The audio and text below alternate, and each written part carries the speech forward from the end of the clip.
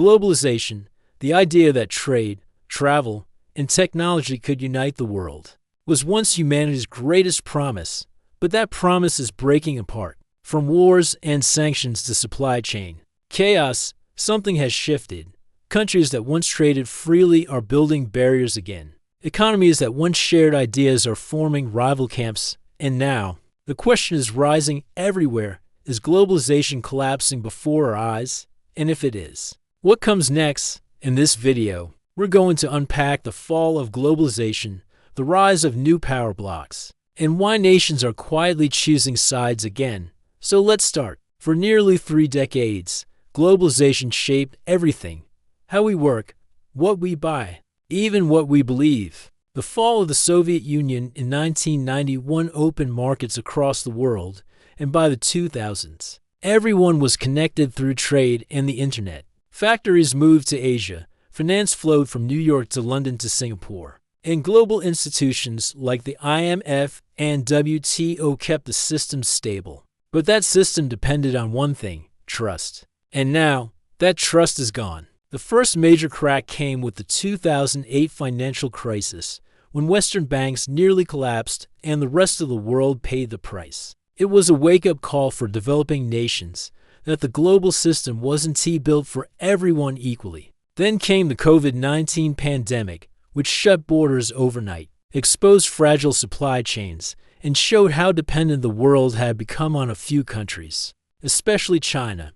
And when the Ukraine war erupted in 2022, sanctions weaponized trade itself. Energy, food, and technology became tools of control, not cooperation. Now, the world is dividing again, not into East and West, but into blocs. The U.S. and its allies form one, defending the old order of free trade and the dollar. On the other side stands China and Russia, leading an alternative network through BRICS, the Belt and Road Initiative, and new trade routes that bypass Western influence. And then there are the middle powers, nations like India, Indonesia, Saudi Arabia, and Brazil, playing both sides, shaping a new kind of multipolar world.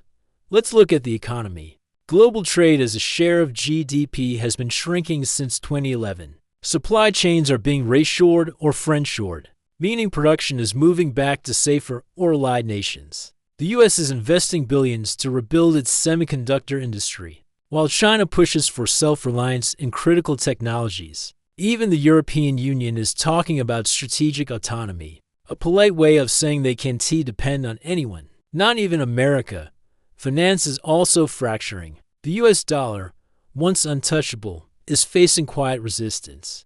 BRICS nations are increasing trade in local currencies. China is promoting the digital yuan, while countries under sanctions, like Russia and Iran, seek to escape dollar control entirely for the first time since World War II. There is a real conversation about the end of dollar dominance, a shift that could rewrite the rules of global power. Technology, too, has become a front line. The internet, once a global commons, is splitting into regional zones, one led by the U.S., another by China. Western platforms dominate in democracies, while China's ecosystem of WeChat, Alibaba, and TikTok controls billions elsewhere. Data, chips, and AI are now national security assets, guarded like oil once was. But not everything is falling apart. Some regions are quietly rising.